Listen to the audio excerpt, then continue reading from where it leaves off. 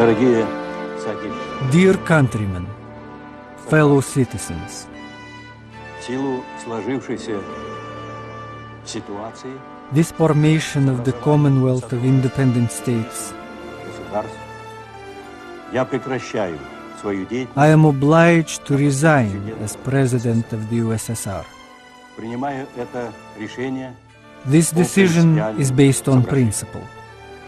Я твердо I выступал firmly support the concepts of autonomy, independence for the people, and the sovereignty of the republics. но одновременно и But за I also сохранение defend the preservation of the Union, keeping the country as a whole. However, события пошли events have decided otherwise. возобладало The movement to divide the country and dissolve the state has prevailed, чем я не and this I cannot accept. я покидаю I leave my post with great concerns, но и с надеждой but also with hope and belief in you, вас, вашу мудрость, in your wisdom, духа. and in your Желаю willpower. всем вам самого доброго. I wish you all the best.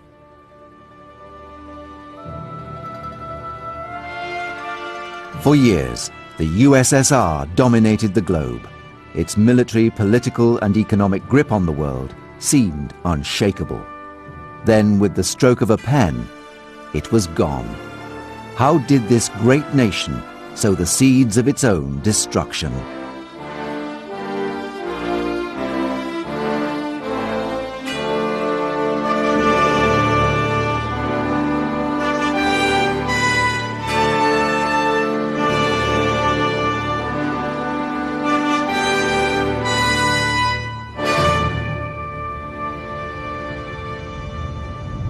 At its height in the mid-20th century, the Soviet Union was a massive economic, industrial and military power, provoking admiration from some and terror from others. The nation stretched from the Baltic Sea to the Bering Strait. The Republic of Russia made up most of the territory, along with 14 other republics organized around an omnipotent central government. In this diverse country, people in distant republics had few cultural ties to the capital in Moscow. To the west were the countries of the Warsaw Pact, an alliance whose communist governments owed their very existence to the USSR. Soviet propaganda presented an image of a well-oiled machine. The Communist Party controlled the government. The leaders of the party were the leaders of the nation. Tight control over the media and civil liberties assured that nothing would ever challenge their authority. Those in power had become inflexible, and change was a foreign concept. But by 1985, even the most hardened bureaucrats could not ignore the facts. The centralized economy had stagnated. Superpower status had come at too high a price. Millions of rubles flowed into Eastern Europe to bolster communist allies. What was left drained into a costly arms race with the United States and into a disastrous war in Afghanistan. Behind the veil of rhetoric and pageantry was a nation in decline. In the mid-1980s, the Soviet Union appeared to be a dominant superpower, but behind the Iron Curtain, the nation struggled. There was a very widespread feeling at that time in the leadership of the Communist Party and the Soviet Union that the country had somehow lost its way, that economic development was faltering, that the Soviet Union was falling further and further behind the West.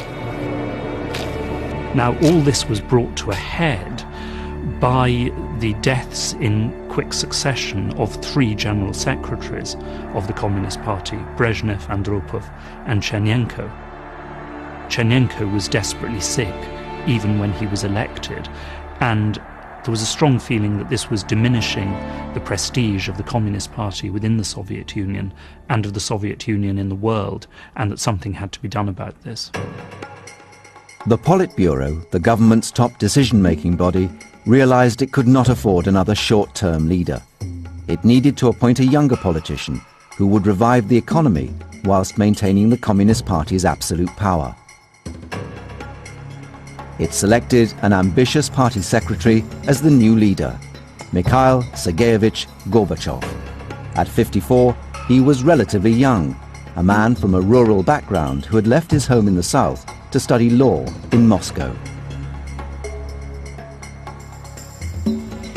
With the help of Yuri Andropov, he climbed the political ladder, securing a spot in the Politburo.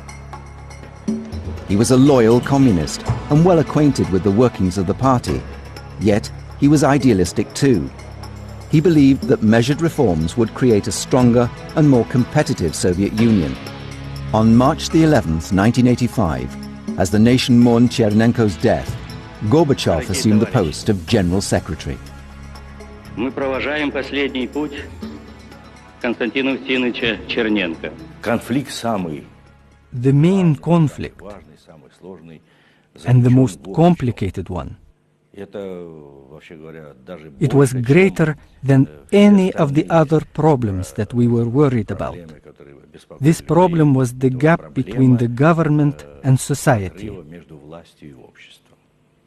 The people in power appeared to be concerned only with their own privileges. О своих привилегиях, как власть, которая хотела The government wanted to maintain the monopoly it had on everything, on ideology, leadership, decision-making, ultimately society, one of the best educated societies in the world, rich in the sciences, literature and culture, was reduced to discussing its ideas and opinions in the kitchen, so to speak.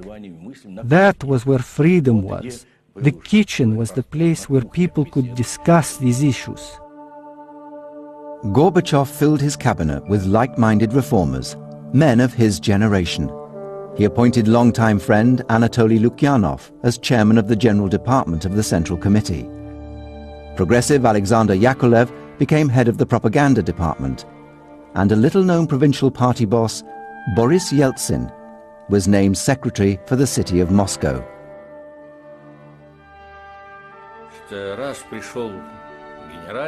When the new General Secretary takes his post, he is always supported in everything he says, because eventually he will do things the way they have always been done.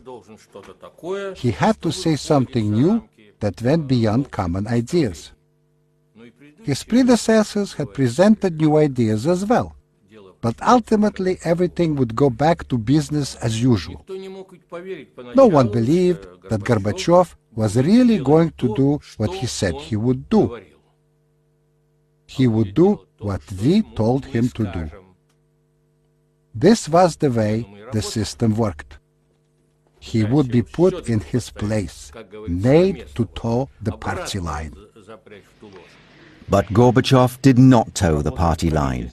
Instead, he unveiled bold reforms and pushed to implement them. Well, I think Gorbachev had a vision rather than a plan. I don't think anybody, in fact, had a plan, so it's not really fair to blame him.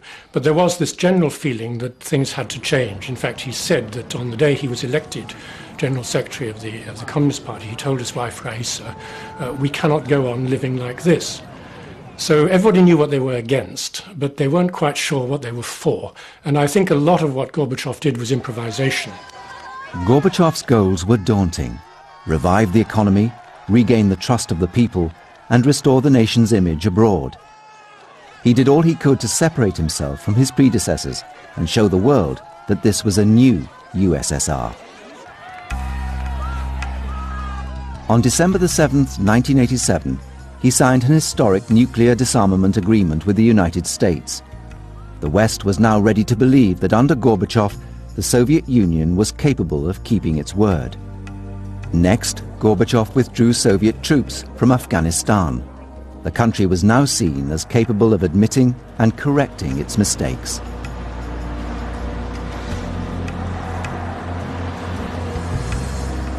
At home, he introduced two strategies of reform. Perestroika was a bold restructuring of the nation's bureaucracy. It was a move away from a centralized economy towards a freer market. To battle corruption and restore public trust, Gorbachev introduced glasnost, a policy of openness and free speech. It was a radical break from years of suppression and censorship. We had to give people the freedom to think, to express opinions, to take initiative in various fields, the arts, the economy, and so on. What can I tell you? At the beginning, Gorbachev was supported by many. He was supported by the people of the country. The fact is that he came on the wave of society's discontent with the existing gerontocracy. That's why, at the first stage, he was enjoying great support. The people of the Soviet Union embraced the new leader, but no one, not even Gorbachev himself, fully comprehended the forces he had set in motion. I knew that once people started talking about freedom of the press, it would change everything.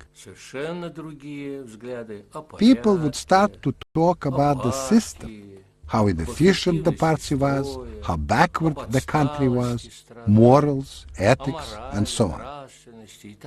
And then certainly we would start to talk about Stalin's cult of the personality and all the atrocities that went with it.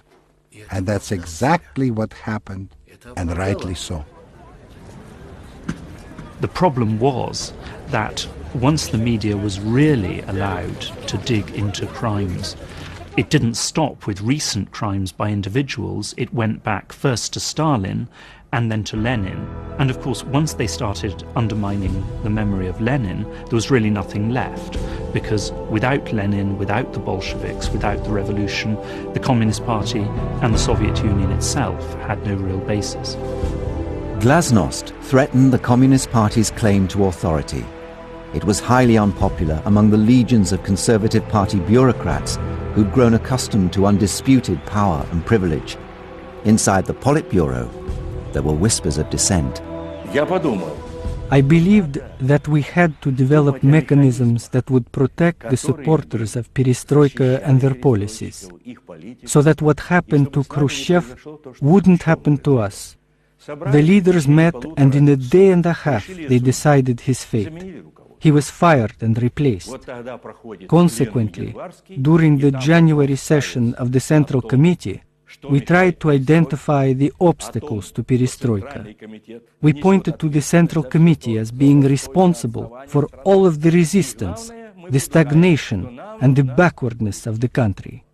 We strongly suggested that we needed more political reform, and we started preparing for it. We expected that the January session would come as a shock to the entire country, and it did.